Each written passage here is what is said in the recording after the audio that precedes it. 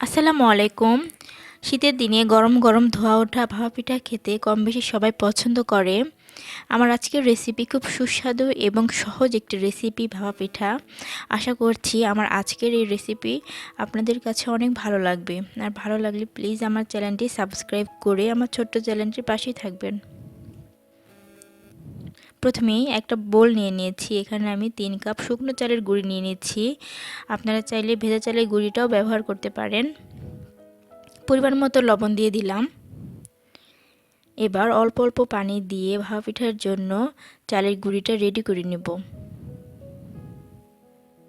একেবারে বেশি পানি দিতে যাবে না, অল্প অল্প করে দিতে হবে এবং মাখতে থাকতে হবে।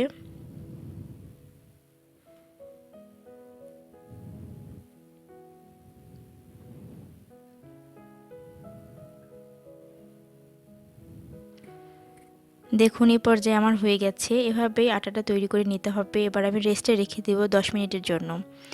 আমি খেজুরের গুড়টা রেডি করে নেব। ভাপা পিঠার জন্য বেশি উপকরণ লাগে না, শুধু খেজুরের গুড়, শুকনো চালের গুঁড়ি বা অথবা ভেজা চালের গুঁড়ি আর নারিকেল কোরানো।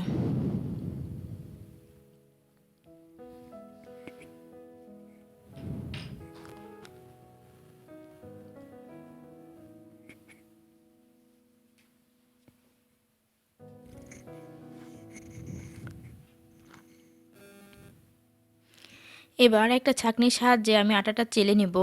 আপনারা চাইলে যে কোনো প্লাস্টিকের ছাঁকনি দিয়ে চেলে নিতে পারেন। হাতের কাছে যে ছাঁকনিটা আছে সেটা দিয়ে চেলে নেবেন।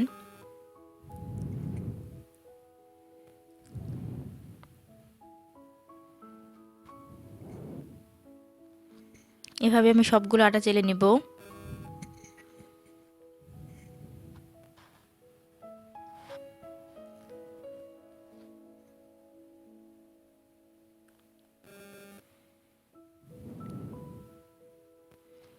আমি চালের গুঁড়িটা চেলে নিয়েছি।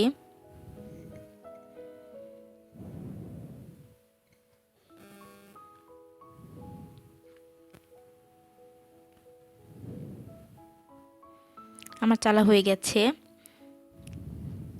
এবার ভাপা পিঠা বানানোর জন্য আমার লাগবে একটা সুতি কাপড়। আপনারা যে কোনো কাপড় নিতে পারেন, তবে রং ওঠে না এমন কাপড় ব্যবহার করবেন।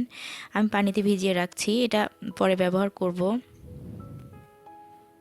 প্রতিবার ভাপা পিঠা বানানোর পর কাপড়টা পানি দিয়ে ভিজিয়ে নিয়ে আবার নিংড়ে নেবেন, এতে ভাপা পিঠাটা সহজে গা ছেড়ে আসে। আমি একটা মাটির বাটি নিয়ে নিলাম, বাটি নিতে পারেন। এবার উপর থেকে কিছুটা চালের গুঁড়ি, তারপর খেজুরের গুড় পছন্দ মতো দিয়ে দিবেন। উপর থেকে নারকেল কোরানো দিয়ে দিলাম। আপনারা চাইলে যে কোনো পরিমাণে দিতে পারেন, নিজের পছন্দ অনুযায়ী দিবেন। এবার উপর থেকে আবার সামান্য একটু চালের গুঁড়ি দিয়ে হালকা হাতে একটু চেপে চেপে দিচ্ছি, খুবই হালকা হাতে। এবার সেই কাপড়টা দিয়ে এভাবে মুড়িয়ে নিচ্ছি। রেডি হয়ে গেল একটা পিঠা। আমি আগে থেকে এই পাত্রটা বসিয়ে দিয়েছিলাম। এরকম একটা পাতিল আমার কাছে আছে। আপনাদের কাছে যদি না থাকে আপনারা রাইস কুকারেও করতে পারেন, আবার যে কোনো হাঁড়িতে উপরে একটা ছাঁকনি দিয়ে ভাপা পিঠাটা ভাপিয়ে নিতে পারেন। আমি দিয়ে দিলাম একটা পিঠা। উপর থেকে একটু হালকা একটু টোকা দিলে ছেড়ে আসে গাটা। এবার ঢেকে রেখে দেব 3 থেকে 5 মিনিটের জন্য। এভাবে ভাপিয়ে নেব।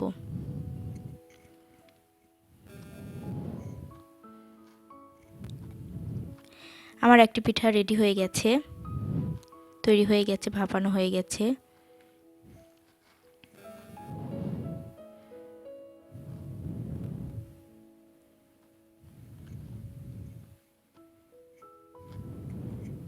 তৈরি হয়ে গেল আমার ভাপা পিঠা। এটি খেতে অনেক মজা, কিন্তু বানাতে খুবই সহজ।